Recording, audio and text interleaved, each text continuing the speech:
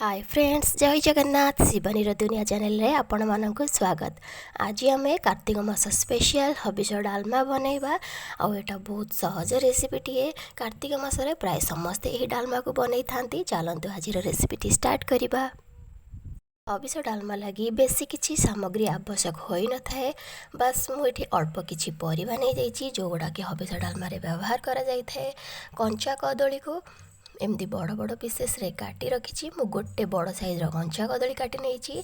ता देहरे मु रखी नहीं अल्प किछि ऊ को भल भाव रे चोपा छड़े एमती पतला पतला स्लाइसेस करी काटी नहीं। आकु मध्य हळदी पानी रे पकाई नहीं, कारण ओ कंचा कदली एगुड़ाक कला पड़ जाए खाली पानी किंबा बाहर रखिले।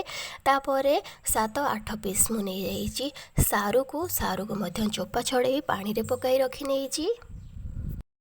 तापरे मुझे नहीं जाइए 200 ग्राम मुग डाली सब बेले कंचा व्यवहार करेंगे, बिल्कुल भी भूल रे भाजबेनी।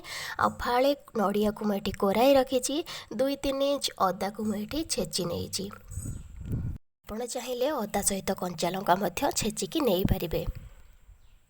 तापरे चलतु डालमा प्रस्तुत करवा। गैस उपरे गोटे हांडी बसाई रखी मुझे से 2 ग्लास पानी दे देइछि। बस पानी भल भाव रे गरम हेबा जाए छाड़ीदेबा। पानी भल भाव रे गरम हो गले आमे डाली को भल भाव रे धोई नेबा। तापरे डाली को आमे इतरे ऐड करदेबा। बस पानी रे आमे आउ किछि दबानी। प्रथमे डाली को ऐड करदेबा। अल्प किछि समय गला परे आमे सेथिरे ओ आ सारू को देदेबा। ये डालमा टिके जल्दी हो जाए थाए। तापरे आमे एठी ऐड करदेबा स्वाद अनुसार लुण।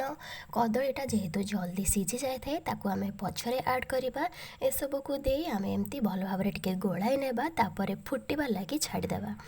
डालमाटी टिके फुटी आसिले तापरे एमती फेण सब आसी जाए थाए। फेण गुड़ा को काढ़ी नेबा नहीं तो डालमार टेस्ट खराब करदेव।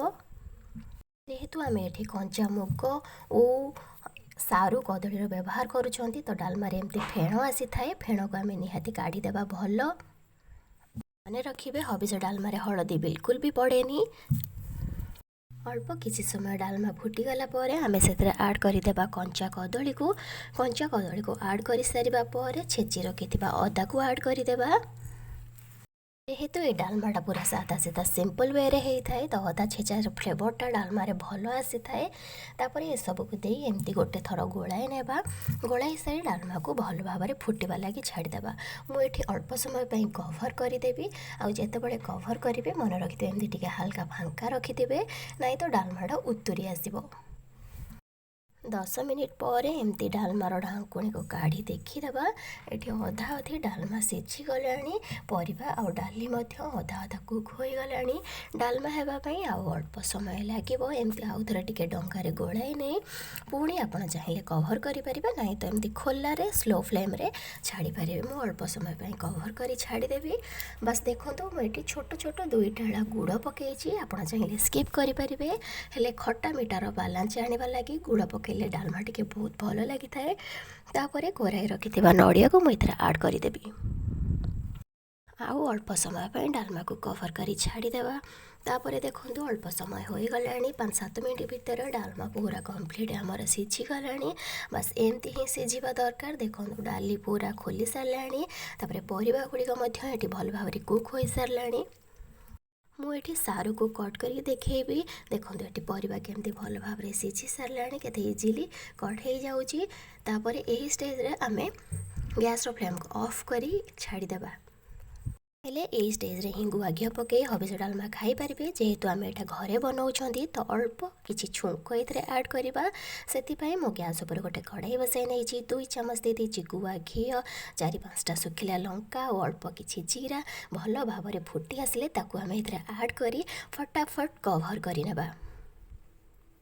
कि छुंकर बास्ना बिल्कुल भी बाहर को आसबनी। तापर आम ऐड करदेबा अल्प किछि जीरा गुंड। भजा जीरा गुंड देइछि। आपण चाहिए जीरा लंकार गुंड को आपण दे पारे। एमती कंसिस्टेंसी रहा भितर आपण गैस फ्लेम को ऑफ करने कारण एटा जिते रहिबो सेते डालमाटा बहलिया हो। आपण को एबे टिके पतला लगी थाई पारे किंतु पर मुहूर्त रे एटा बहलिया हो।